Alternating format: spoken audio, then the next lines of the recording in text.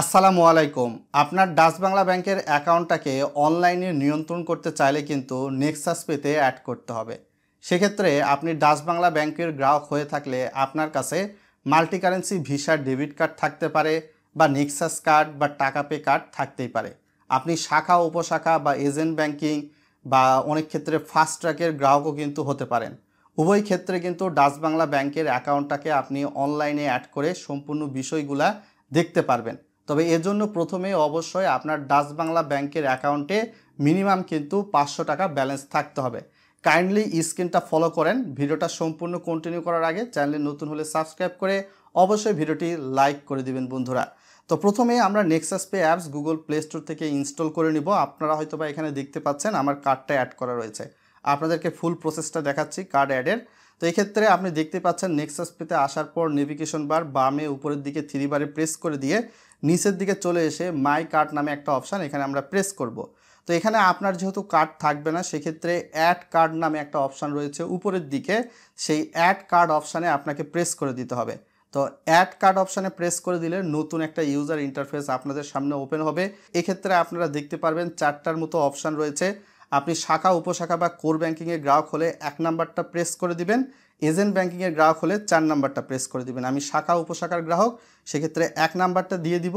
1 নাম্বারটা দিয়ে দেওয়ার পরবর্তীতে নেক্সট অপশানে প্রেস করে দিব। তার পরবর্তীতে এখানে বলতেছে যে আপনার কাছে 4টা ইনফরমেশান চাবে। 4টা ইনফরমেশান দেওয়া সাপেক্ষে আপনার ব্যাংক অ্যাকাউন্টটাকে অনলাইনে অ্যাড করতে পারবেন। সেক্ষেত্রে প্রথমত যিনি ব্যাংক অ্যাকাউন্ট হোল্ডার বা কার্ড হোল্ডার তার নামটা কিন্তু ফুল জানা থাকতে হবে। তার পরবর্তীতে কার্ড নাম্বার যেটা কার্ডে থাকবে সেটা কিন্তু থাকতে হবে। এর পরবর্তীতে কার্ডের যেই 4 ডিজিটের পিন রয়েছে, আপনি হয়তোবা অনেক ক্ষেত্রে এই পিনটা ব্যাংক থেকে একটা কাগজে খামের মধ্যে পেয়েছেন, সেই পিনটা আপনার থাকতে হবে। এর পাশাপাশি আপনাকে ওটিপি দিয়ে ভেরিফিকেশন করা হবে।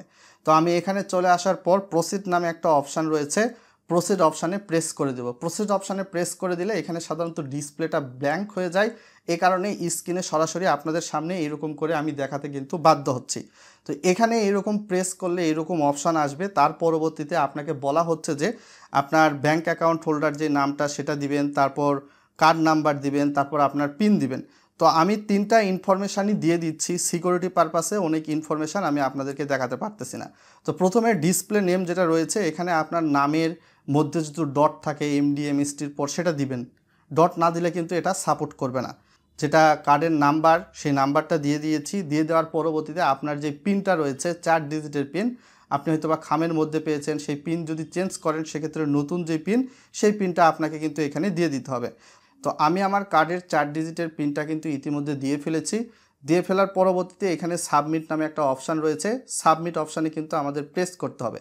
সাবমিট অপশানে প্রেস করলে নতুন একটা ইউজার ইন্টারফেস ওপেন হবে আমাদের সামনে।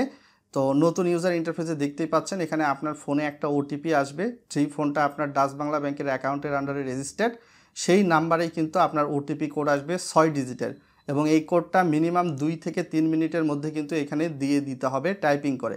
তো আমি আমার ওটিপিটা কিন্তু দিয়ে ফেলেছি, সিকিউরিটি কোডটা দেখতেই পাচ্ছেন। আপনারটা ভিন্ন হবে, আমারটা ভিন্ন। তার পরবর্তীতে নিচের দিকে গো নামে একটা অপশান, গো অপশানে কিন্তু আমাদের প্রেস করে দিতে হবে। তো গো অপশানে প্রেস করে দিলে এরকম আসবে। তো আমি এখান থেকে নেভার করে দিচ্ছি, আমার কার্ডের ইনফরমেশান ফোনে অ্যাড রাখবো না। তো তার পরবর্তীতে দেখতেই পাচ্ছেন কিন্তু সরাসরি এখানে আপনার কার্ড ডিটেলস অপশানে যদি প্রেস করেন কার্ড ডিটেলস কিন্তু সব কিছু চলে আসবে। কার্ডের সিভিভি কোড, কার্ডের এক্সপায়ারি ডেট, সব কিছু ইনফরমেশান কিন্তু আপনি এখানে দেখতে পারবেন। এর পাশাপাশি যদি মনে করেন যে আপনার ব্যাংক অ্যাকাউন্টের ব্যালেন্সটাও চেক করবেন, সেই সিস্টেমটাও রয়েছে। এখান থেকে চলে এসে ব্যালেন্স ইনকোয়ারি নামে কিন্তু একটা অপশান রয়েছে। ব্যালেন্স ইনকোয়ারি অপশানে প্রেস করলে আপনার 2টা কার্ড আসবে। তো যেটা ডেবিট কার্ড ফিজিক্যাল, সেখানে প্রেস করে দিলে আপনার ব্যাংক অ্যাকাউন্টে কত টাকা রয়েছে সেটাও কিন্তু এখানে মূলত সব কিছু ডিটেলস দেখাবে।